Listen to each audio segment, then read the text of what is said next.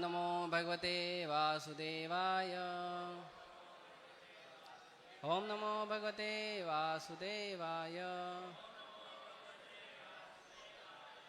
हरे कृष्णा। तो हम पढ़ रहे हैं श्रीमद् भगवद गीता और आज का चर्चा का विषय है अध्याय 5 और श्लोक संख्या 14।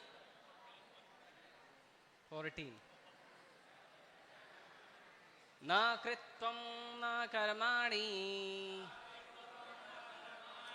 लोकस्य सृजति प्रभु न कर्मफल संयोगं स्वभावस्तु प्रवर्तते। न कर्तृत्वं न कर्माणि लोकस्य सृजति प्रभु न कर्मफल संयोगं स्वभावस्तु प्रवर्तते। न कर्तृत्वं न कर्माणि लोकस्य सृजति प्रभुः न कर्मफल संयोगं स्वभावस्तु प्रवर्तते।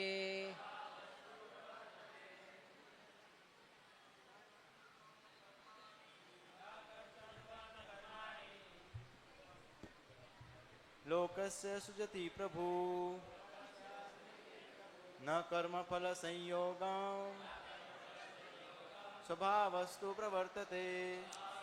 शब्दार्थ द्वारा और तात्पर्य कृष्ण कृपा मूर्ति अभय चरणारविंद भक्ति वेदांत स्वामी श्री प्रभुपाद के। न नहीं कर्तृत्वम कर्तापन या स्वामित्व को, न तो कर्माणि कर्मों को, लोकस्य लोगों को, सृजति उत्पन्न करता है, प्रभु हो शरीर रूपी नगर का स्वामी। न तो कर्मफल कर्मों के फल से, संयोगम संबंध को, स्वभावः प्रकृति के गुण तो, लेकिन प्रवर्तते कार्य करते हैं। शरीर रूपी नगर का स्वामी देहधारी जीवात्मा न तो कर्म का सृजन करता है, न लोगों को कर्म करने के लिए प्रेरित करता है, न ही कर्म फल की रचना करता है। यह सब तो प्रकृति के गुणों द्वारा ही किया जाता है। तात्पर्य, जैसा कि 7वें अध्याय में बताया जाएगा, परमेश्वर तो जीव तो परमेश्वर की शक्तियों में से एक है, किंतु वह श्री भगवान की अपरा प्रकृति है जो पदार्थ से भिन्न है। संयोगवश परा प्रकृति या जीव अनादि काल से प्रकृति के संपर्क में रहा है। जिस नाशवान शरीर या भौतिक आवास को वह प्राप्त करता है, वह अनेक कर्मों और उनके फलों का कारण है। ऐसे बद्ध वातावरण में रहते हुए मनुष्य अपने आप को अज्ञानवश शरीर मानकर शरीर के कर्म फलों का भोग करता है। अनंत काल से उपर्जित यह अज्ञान ही शारीरिक सुख दुख का कारण है। ज्यों ही जीव शरीर के कार्यों से पृथक हो जाता है, त्यों ही वह कर्म बंधन से भी मुक्त हो जाता है। जब तक वह शरीर रूपी नगर में निवास करता है, तब तक वह इसका स्वामी प्रतीत होता है, किंतु वास्तव में वह न तो इसका स्वामी होता है और न इसके कर्मों तथा फलों का नियंता ही। वह तो इस भव सागर के बीच जीवन संघर्ष में रत प्राणी है। सागर की लहरें उसे उछालती रहती हैं, किंतु उन पर उसका वश नहीं चलता। उसके उद्धार का एकमात्र साधन है कि दिव्य कृष्ण भावनामृत द्वारा समुद्र के बाहर आए। इसी के द्वारा समस्त अशांति से उसकी रक्षा हो सकती है। ओम अज्ञानतिमिरन्धस्य ज्ञानाञ्जनशलाकया चक्षुरुन्मिलितं येन तस्मै श्रीगुरुवे नमः।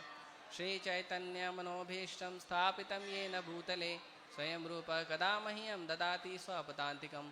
वन्देऽहं श्रीगुरो श्रीयुतापदकमलं श्रीगुरून् वैष्णवांश श्रीरूपं साग्रजातं सहगणरघुनाथान्वितं त्वं सजीवं साद्वैतं सावधूतं परिजनसहितं कृष्णचैतन्यदेवं श्रीराधाकृष्णपादान् सहगणललिता श्रीविशाखान्वितांश नमः ओं विष्णुपादाय कृष्णपृष्ठाय भूतले श्रीमते भक्तिवेदांत स्वामिनिति नामिने नमस्ते सारस्वते देवे गौरवाणी प्रचारिणे निर्विशेष शून्यवादी पाश्चात्य देश तारिणे जय श्री कृष्ण चैतन्य प्रभु नित्यानंद श्री अद्वैत गदाधर शिवासादि गौर भक्तवृंद हरे कृष्णा कृष्णा कृष्णा हरे हरे हरे राम राम राम हरे हरे। हरे कृष्णा। तो भगवत गीता को जब लोग पढ़ते हैं तो साधारणतः जो लोग भगवत गीता को ठीक से नहीं पढ़े हैं या कम पढ़े हैं वो लोग अक्सर कहते हैं कि जो भगवत गीता है उसमें कर्मों की बात ली गई है। तो भगवत गीता के पहले अध्याय का क्या नाम है?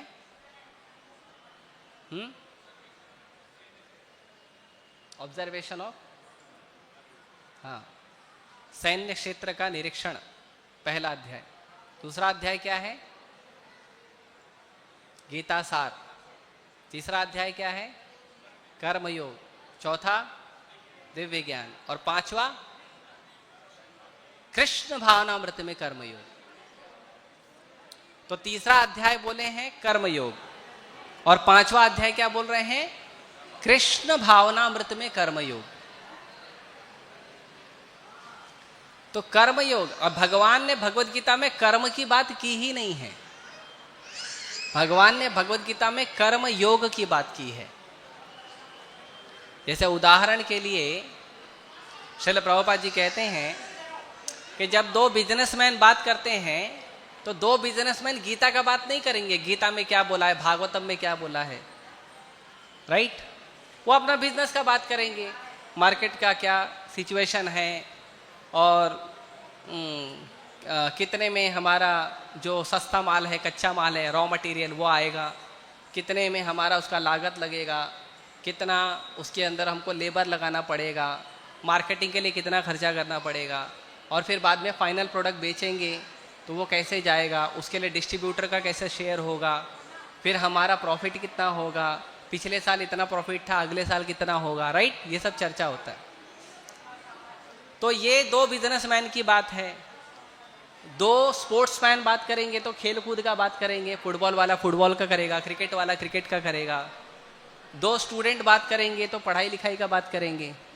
वैसे ही जब दो भक्त बात करते हैं तो केवल भगवान का और भक्ति का बात करते हैं और कुछ बात नहीं करते। भगवान के भक्तों का लक्षण क्या है? बोधयंत परस्परम। भगवान के भक्तों का लक्षण है कि जब दो भक्त बात करते हैं तो वो बात कुछ भी हो, लेकिन बात का उद्देश्य होता है कृष्ण कथा, और वो बात में भी केवल कृष्ण कथा करते हैं और कुछ दूसरा करते नहीं हैं। श्रीमद् भागवतम अगर आप उठाएंगे तो श्रीमद् भागवतम में आपको अनेकों विषयों पे चर्चा मिल जाएगी, लेकिन उन सारे विषयों का जो एक मूल आधार है और वो क्या है? भगवान कृष्ण का स्मरण करना, भगवान कृष्ण की कथा करना। तो भगवत गीता और भागवतम में जितनी भी चीज कही गई है, कुछ वो लोग कहते हैं कि गीता में कर्म बोला है, कुछ बोलते हैं ज्ञान बोला है, कुछ बोलते हैं निराकार की बात हुई है, कुछ बोलते हैं साकार की बात हुई है। ये सब अनेकों लोग अपना जैसा जैसा जिसने चश्मा लगाया है, काला चश्मा लगाएंगे तो दुनिया काली दिखती है, पीला लगाएंगे तो पीली दिखती है, लाल लगाएंगे तो लाल दिखती है ना? लेकिन कौन सा चश्मा लगाएंगे तो दुनिया एज इट इज दिखती है? उसके लिए एज इट इज चश्मा लगाना पड़ता है,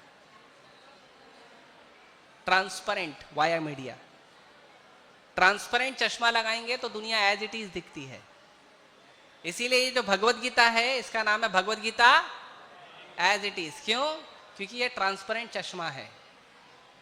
जो भगवान ने बोला है वही आपको समझने के लिए, दूसरा अपना मर्जी से उसमें ज्ञान नहीं डालना चाहिए। तो कुछ लोग भगवत गीता पढ़ते हैं जिनका कर्म का चेतना है, वो बोलते हैं गीता में कर्म लिखा है। जिनका ज्ञान का चेतना है उनको लगता है गीता में केवल ज्ञान लिखा है।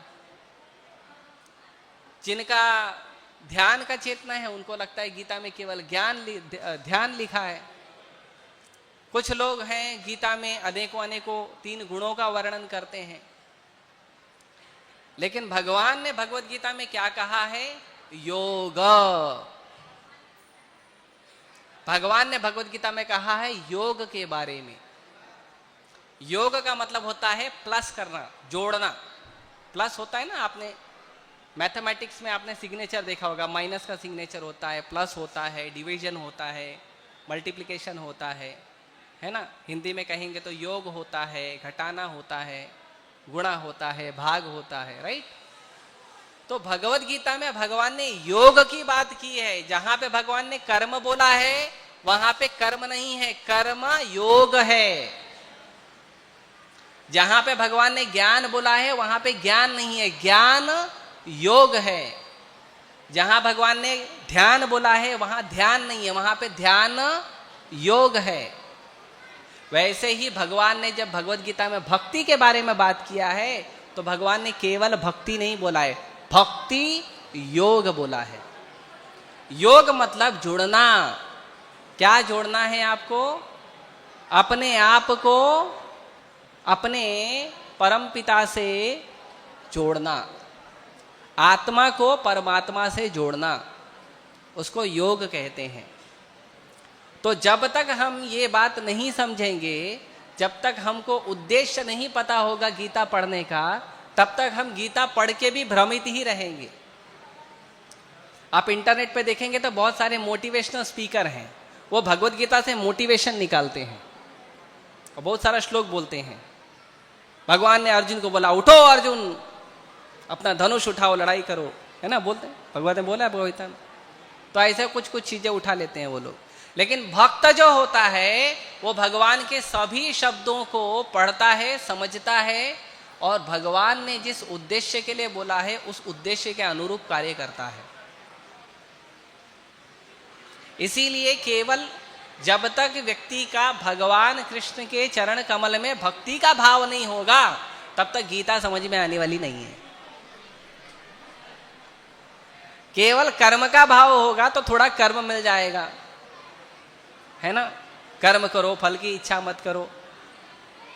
इसीलिए हमको फल की इच्छा, तो हम भगवत गीता ही नहीं पढ़ते हैं, क्योंकि भगवत गीता मना करती है फल की इच्छा करने के लिए।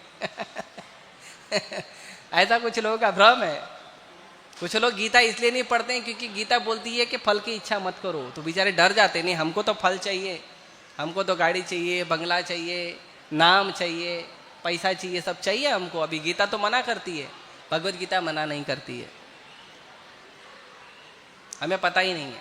कल मैं एक विद्यार्थी से बात कर रहा था तो उस विद्यार्थी ने पूछा कि भगवान कृष्ण की भक्ति करने वाले लोगों को, जो लोग भगवान कृष्ण की भक्ति करते हैं, अक्सर ऐसा देखा गया है जो लोग अन्य देवी देवताओं की भक्ति करते हैं वो बड़े धनवान होते हैं और जो कृष्ण की भक्ति करते हैं वो बेचारे गरीब होते हैं।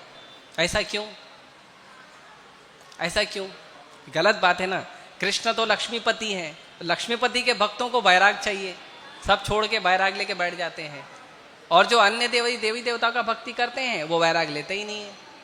वो तो ये भी लाओ वो भी लाओ, दुर्गा माता, शिव जी और बाकी अन्य देवी देवताओं के पास जाते हैं, वो बोलते हैं जन्म देही, धनम देही, रूपवती भार्या देही, देही देही देही, और देह में ही रह जाते हैं।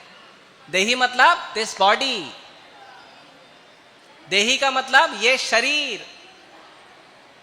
तो जाके जब वो पूजा अर्चना करते हैं, भक्ति भी करते हैं, तो देही देही देही देही बोलते रहते हैं। तो देही मतलब ये शरीर। तो जब तक ये शरीर की चेतना में रहोगे तब तक आध्यात्मिक आनंद नहीं मिलेगा। भगवान कृष्ण के भक्तों को ये बात समझ आती है, इसीलिए वो देही देही नहीं करते हैं। इसीलिए वो सबसे पहला, भगवत गीता का सबसे पहला इंस्ट्रक्शन एक्सेप्ट करते हैं, you are not this body. Bhagavad Gita में भगवान ने सबसे पहले क्या ज्ञान दिया है कि हम ये शरीर नहीं हैं, हम आत्मा हैं, आत्मा भगवान का अंश है। तो यहां पे इस श्लोक में जब कर्म की बात हो रही है तो भगवान कहते हैं, जैसे साधारणतः लोगों को लगता है कि ये जो भी काम हो रहा है, ये काम मैंने डिसाइड किया है, ये काम किसी और ने मुझे दिया है, मैंने किसी को काम दिया है, उसके हिसाब से ये संसार में काम हो रहा है, मैं मेहनत कर रहा हूँ तो ये काम पूरा हो रहा है। ये सब जो हमारा विचार है, चेतना है, ये सब चेतना में हम पड़े हुए हैं। लेकिन भगवान कहते हैं ऐसा नहीं है। क्या कहते हैं? न कर्तृत्वम न कर्माणि। भगवान कहते हैं कि जो देहधारी जीव है वो ये सोचता है कि मैं ये काम करता हूं या मैं ये काम करवा रहा हूं, है ना? अक्सर ऐसे ही होता है। हम लोग भी भक्ति मंदिर में आते हैं तो यही बोलते हैं मैं सेवा कर रहा हूं, ये उसको मैंने सेवा दिया है, राइट? तो हम यही सोचते हैं। लोकस्य सृजति प्रभु। ये पूरे दुनिया में हमने ऐसा हिसाब बना के रखा है पूरे दुनिया में कि मैंने ये चीज बनाया, मैंने वो चीज बिगाड़ा, राइट? अभी देखो युद्ध चल रहा है अनेकों देशों के बीच, तो कुछ देश के लोग बोलते हैं ये युद्ध ऐसे हुआ, ये युद्ध ऐसे हुआ। कुछ बोलते हैं हमने मिसाइल मार दिया, कुछ ने बोलता उसने मिसाइल मार दिया, कुछ बोलता है इस व्यक्ति ने मार दिया, कुछ व्यक्ति बोलता है उस व्यक्ति ने बचा लिया। ये सब चल रहा है पूरे दुनिया में और कोई कोई क्रेडिट लेते हुए घूम रहा है, राइट? लेकिन भगवान क्या कहते हैं कि ये जो कर्म फल का संयोग है ये कैसे होता है? ये होता है गुणों के स्वभाव से। ये जो प्रकृति के 3 गुण हैं ये हमको गोल गोल गोल गोल घुमा रहे हैं। प्रकृति में 3 गुण होते हैं, ये 3 गुणों की प्रकृति होती है, त्रिगुणात्मक शक्ति है 3 गुणों की। तो ये जो 3 गुण हैं ये कौन से हैं? सतोगुण, रजोगुण, तमोगुण। सतोगुण जो होता है उसको कहते हैं अंग्रेजी में mode of goodness. Mode of goodness मतलब कि जो गुण से आप भी प्रसन्न रहो, दूसरे को भी प्रसन्न रखो, ये गुडनेस होता है। Mode of passion, mode of passion मतलब जुनून होना, जोश होना, राइट? उसको पैशन बोलते हैं, अंग्रेजी में पैशन को भी यही बोलते हैं, है? तो जोश और जुनून मतलब जिस जैसे को तैसा, जिसने मेरे साथ जैसा किया उसके साथ हम वैसा करेंगे। और मोड ऑफ इग्नोरेंस मतलब मेरा अच्छा हो ना हो उसका तो बैंड बजाऊंगा जरूर। ये मोड ऑफ इग्नोरेंस है, अज्ञान, राइट? तो अज्ञान में व्यक्ति दूसरे का भी भला नहीं देखता है, खुद का भी भला नहीं देखता है। और ऐसे ये गुणों की और भी कई अनेकों व्याख्याएं हैं। भगवद गीता आप पढ़ेंगे तो अनेकों व्याख्याएं मिलेगी भगवद गीता में। तो जो मोड ऑफ गुडनेस, पैशन और इग्नोरेंस है, ये जो गुण है इस गुण के अंदर ही हम घूमते रहते हैं। कोई भी परिस्थिति होती है, उस परिस्थिति में आपका जो व्यवहार है वो व्यवहार आप कौन सी चेतना में कर रहे हैं, उस चेतना के अनुसार नया कर्म बनता है।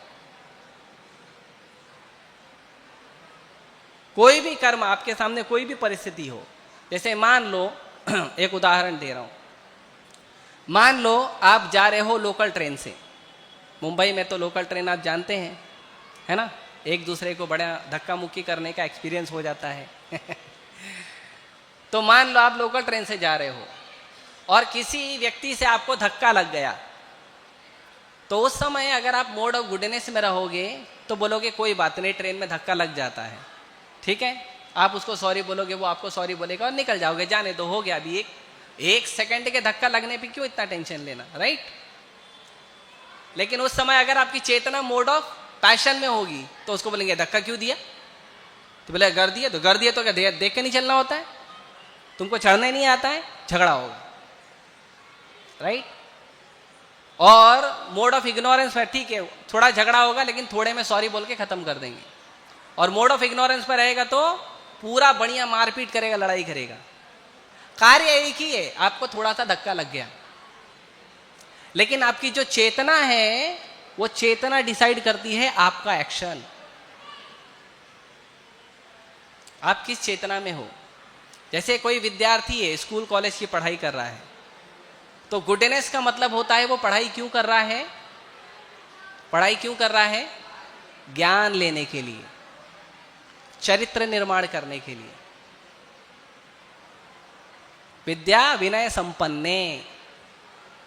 ज्ञान क्यों लिया जाता है? ज्ञान लेने का उद्देश्य क्या है? चरित्र निर्माण करना। ज्ञान लेने का उद्देश्य नहीं है डिग्री लेना। डिग्री जो है ज्ञान का उद्देश्य नहीं है। ज्ञान लेने का मतलब होता है चरित्र निर्माण करना। स्कूल बनाए हैं, कॉलेज बनाए हैं, उसमें ज्ञान क्यों लेना चाहिए? चरित्र निर्माण करने के लिए, सोशल एटिकेट सीखने के लिए, फैमिली एटिकेट सीखने के लिए, यूनिवर्सल एटिकेट सीखने के लिए, इसके लिए ज्ञान लिया जाता है। लेकिन वो गुडनेस का बात है। लेकिन अगर आपको पैशन है तो ज्ञान किस लिए लोगे? पैसा कमाने के लिए, डिग्री लेने के लिए, है ना, उसके लिए ज्ञान लोगे। और अगर इग्नोरेंस में रहेगा तो दुनिया पे रोब जमाने के लिए ज्ञान लेना है। मेरे पास डिग्री हो जाएगी तो मैं उसको नीचा दिखाऊंगा, उसको नीचा दिखाऊंगा, उसको बोलूंगा मैंने इंजीनियरिंग किया है, मैंने बीटेक एमटेक किया है, मैंने मेडिकल का पढ़ाई किया है, मैंने वकील का पढ़ाई किया है, मैं जज बन गया हूं, तुम छोटे हो। यह अज्ञान है। अज्ञान का प्रमाण है क्रोध होना, लोभ होना और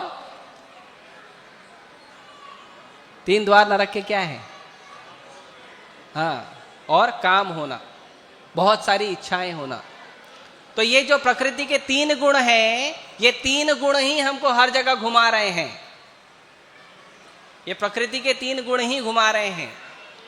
तो जो बोलते हैं भक्ति करना है, भक्ति क्यों करना है? भक्ति करना है सतोगुण में आने के लिए। हम लोग प्रायः आज का जो संसार है वो रजो तमो गुण में भरा हुआ है। श्रील प्रभुपाद जी जब अमेरिका में पहली बार उतरे थे, वहाँ के जो बंदरगाह है वहाँ पे उतरे थे, तो उन्होंने एक कविता लिखी थी भगवान को प्रार्थना में। और भगवान को प्रार्थना में उन्होंने यही कहा था, प्रभु ये पूरी दुनिया रजोगुण और तमोगुण से भरी हुई है, आपका भागवत का ज्ञान कैसे समझ में आएगा इनको? तो प्रभु मैं आपसे प्रार्थना करता हूं कि आप उनको आशीर्वाद दीजिए, संसार के लोगों को आप आशीर्वाद दीजिए और मुझे कृपा करिए कि मैं जब आपकी कथा उनको बोलूंगा तो उनके समझ में आए। भक्तों को कभी अहंकार नहीं होता। भक्त भगवान से प्रार्थना करता है। जैसे कोई भी भागवत क्लास करता है, गीता और भागवतम का क्लास करता है, तो पहले प्रार्थना करता है। प्रार्थना क्यों करता है? इसलिए करता है कि देखो मेरे को कितना अच्छा श्लोक याद है, सारे भगवान के मंत्र याद है नहीं, प्रार्थना है भगवान से निवेदन करना कि मेरे अंदर तो शक्ति नहीं है, प्रभु आप मुझे आशीर्वाद दीजिए कि मैं गुरु का, आचार्यों का, गुरु परंपरा के शब्दों को रिपीट कर सकूं। और जो श्रोतागण बैठे हैं उन्हें आपकी कथा सुनने का अवसर प्राप्त हो, इसलिए प्रार्थना की जाती है। कभी कभी कुछ लोग बोलते हैं भगवान के सामने जाते हो, हाथ जोड़ते हो, क्या मिलता है? चरित्र मिलता है। जो तुमको पैसे से नहीं मिलता वो भगवान के सामने आने से मिलता है। आज के संसार में पैसा बहुत है, नाम बहुत है, टेक्नोलॉजी बहुत है, लेकिन चरित्र एकदम 0 है। सबका चरित्र 0 है, सबका। कोई भी प्रोफेशन आप देखो, क्यों? क्योंकि भगवान के सामने आने की आदत बंद हो गई है, भगवान के कथा सुनने की आदत बंद हो गई है, भगवान की कीर्तन करने की आदत बंद हो गई है। आज हर जगह हर व्यक्ति प्रश्न पूछता है कि कुछ लोग बोलते हैं जनता का चरित्र बरोबर नहीं है, कुछ बोलते हैं नेता का चरित्र बरोबर नहीं है, कुछ बोलते हैं टीचर का चरित्र बरोबर नहीं है, कुछ बोलते हैं विद्यार्थी का चरित्र बरोबर नहीं है, कुछ बोलते हैं इसको एटिकेट नहीं है, उसको एटिकेट नहीं है। दुनिया को क्या दोष देते हो? पहले खुद को देखो, भगवान के सामने आके खड़े होना सीखो पहले। जो सर्वमंगलमय भगवान है, वो सर्वमंगलमय भगवान के सामने खड़े होना, उनसे प्रार्थना करना, उनका दर्शन करना, उनकी कथा सुनने से चरित्र आता है। नहीं तो जीवन में अमंगल आता है और चरित्र खराब हो जाता है। जैसे मैंने उदाहरण दिया कि विद्या का अर्जन जो किया जाता है, पढ़ाई लिखाई जो की जाती है, उसका उद्देश्य क्या होता है? चरित्र निर्माण करना। मुझे बताओ कितने टीचर को यह बात पता है? स्कूल कॉलेज में तो आप देखेंगे लाखों टीचर भरे हुए हैं पूरे भारत में, राइट? और पूरे संसार में देखेंगे तो और ज्यादा होंगे, है ना? बहुत सारे स्कूल हैं, बहुत सारे कॉलेज हैं। आप जाके पूछो टीचर को what is the objective of education? Education का ऑब्जेक्टिव क्या है? जाके पूछो, कौन सा टीचर आपको बताएगा चरित्र निर्माण? कोई बताएगा? उसको ही नहीं पता। उसको पूछो तुम क्यों पढ़ाने आए हो बच्चों को? बोले पैसा कमाने। तो ज्ञान देने वाला शिक्षक है, उसका ही मन जो पैसे कमाने में लगा है, तो बच्चों को क्या सिखाएगा? और फिर हम कंप्लेन करते हैं कि समाज के अंदर अच्छे गुण नहीं आ रहे हैं। अच्छे गुण तब आएंगे ना जब सारे गुणों की जो खान है, सारे गुणों के जो आशीर्वाद देने वाले भगवान है, राधा रास बिहारी, उनके पास आओगे, उनकी कथा सुनोगे, तब अच्छे गुण आएंगे। यस्यास्ति भक्तिर भगवती अकिंचना सर्वैर गुणैस्तत्र समासते सुरा हराव भक्तस्य कुतो महत गुणा मनोरथेन असति धावतो बहि। भागवत कहता है कि जो भगवान कृष्ण की भक्ति करते हैं, ऐसे लोगों में अपने आप ऑटोमेटिकली सारे अच्छे गुण आ जाते हैं। भक्त अच्छे गुणों को आकर्षित करता है। और अच्छे गुण कैसे आते हैं? तो कहते हैं देवताओं तक के अच्छे गुण उनके अंदर आ जाते हैं। लेकिन भागवतम कहता है जो कृष्ण का भक्ति नहीं करता है, वो कितना भी अच्छा आदमी हो, उसके अंदर अच्छे गुण मिलेंगे ही नहीं। हराव भक्तस्य कुतो महद गुणा, कौन सा उसके अंदर साधु का गुण मिलेगा? नहीं मिलेगा। जैसे हमने बोला कि पढ़ाई का उद्देश्य है चरित्र निर्माण करना, ऐसे मेडिकल का उद्देश्य क्या है? मेडिकल का उद्देश्य क्या है? लोगों का सेवा करना। कैसे सेवा करना? किसी का जान बचाना, किसी को ठीक करना। आप जब हॉस्पिटल में एंट्री मारते हो, सबसे पहले क्या मांगा जाता है? पैसा। आपको कोई भी काम करना है, उसका आज के समय पे उद्देश्य बनाया गया है या तो पैसा या भोग विलास की वस्तुएं। क्यों? क्योंकि लोग उसका मूल उद्देश्य भूल गए हैं। तो केवल कर्म करने से कर्म नहीं होता। केवल आप बोलोगे हम कर्म कर रहे हैं, हाथ पैर चला रहे हैं, उसको कर्म नहीं करते हैं। कहते हैं कर्म को सही चेतना में करने को कर्म कहते हैं। कर्म के नियम को, कर्म के धर्म को जानकर कर्म करने को कर्म कहते हैं। और ये आपको पता चलेगा भगवत गीता के 3 अध्याय में, 5वें अध्याय में। और 5वें अध्याय में तो यहां तक बताया गया है ऐसा कौन सा कर्म करोगे जिससे भगवान प्रसन्न हो जाएंगे। ये आपको भगवत गीता के 5वें अध्याय में पता चलेगा। इसीलिए भगवान यहां पे कह रहे हैं कि कोई व्यक्ति ऐसा कहता है कि मैं कर्म करता हूं या कर्म का सृजन करता हूं, कर्म को बनाता हूं, या मैं दूसरों को कर्म करने के लिए प्रेरित करता हूं, या मैं कर्म फल की रचना करता हूं, ये सब अज्ञान है। ये सब अज्ञान है। क्यों? क्योंकि जो भी कर्म हम करते हैं उस कर्म का गुण डिसाइड करता है कि उस समय आपने कौन सी चेतना में कौन सा एक्शन किया तो उसका क्या रिएक्शन होगा। इसीलिए कर्म को और परिस्थितियों को बदलने से पहले अपनी मनोस्थिति को बदलिए और अपने गुणों को बदलिए। ये जो भक्त लोग सुबह उठ के 4 बजे मंगला आरती करते हैं, नाम जप करते हैं, गीता भागवत क्लास करते हैं, लोगों को लगता है टाइम वेस्ट है। टाइम वेस्ट भक्त नहीं करते हैं, जो भक्ति नहीं कर रहे हैं वो टाइम वेस्ट करते हैं सो के। क्यों? क्योंकि वही जो समय होता है अच्छे गुणों को आकर्षित करने का, वही समय वो सोते रहते हैं। सूर्यदेव खुद उठ जाते हैं उठाने के लिए, ये उठते नहीं है। सूर्यदेव को बोलते तुम इतना जल्दी क्यों आए, बाद में आना चाहिए था। तो जो सुबह का समय है भगवान का मंगल आरती करना, ये सतोगुण का समय होता है। ऐसे सतोगुण के समय पे भजन करना, भगवान की भक्ति करना, वो हमारे लिए मंगलमय होता है। इसीलिए भगवान के पहले दर्शन को मंगला आरती कहते हैं। तो जब तक हम अपने गुणों में परिवर्तन नहीं लाएंगे, हम जो अलग अलग अनेकों गुणों से बंधे हुए हैं, ये 3 गुण हमको अनेकों रस्सियों से बांधे हुए हैं, जब तक इन गुणों से बाहर नहीं निकलेंगे तब तक कोई भी कर्म कर लो उसका रिजल्ट हमारा कभी मंगलमय नहीं होगा। मंगलमय रिजल्ट के लिए, जीवन में अच्छे रिजल्ट के लिए, आगे बढ़ने के लिए हमें चाहिए कि हम निरंतर भगवान का नाम जप करें। हरे कृष्णा कृष्णा कृष्णा हरे हरे, हरे राम राम राम हरे हरे। भगवान का नाम जप करिए, भगवान की जो कथा है, गीता है, भागवतम है, उसको पढ़िए, उसको सुनिए, मंदिर के लेक्चर्स को सुनिए। आप रोज मंदिर आने का प्रयास करिए। रोज सुबह 8 बजे भागवतम के ऊपर कक्षा होती है। रोज शाम को 7:30 बजे भगवत गीता के ऊपर कक्षा होती है। अगर आप रोज आ सकते हो तो बहुत सुंदर है, रोज भगवान का दर्शन करोगे। रोज नहीं आ सकते हो तो आपका जो मोबाइल है ना, जिसमें हम टीवी देखते हैं, रील्स चलाते हैं, क्रिकेट देखते हैं, उस मोबाइल में भगवत गीता का क्लास देखिए, उस मोबाइल में भागवतम का क्लास देखिए और भगवत गीता और भागवतम के क्लास को सुनिए। कृष्ण आपके लिए क्या कहना चाहते हैं वो सुनिए।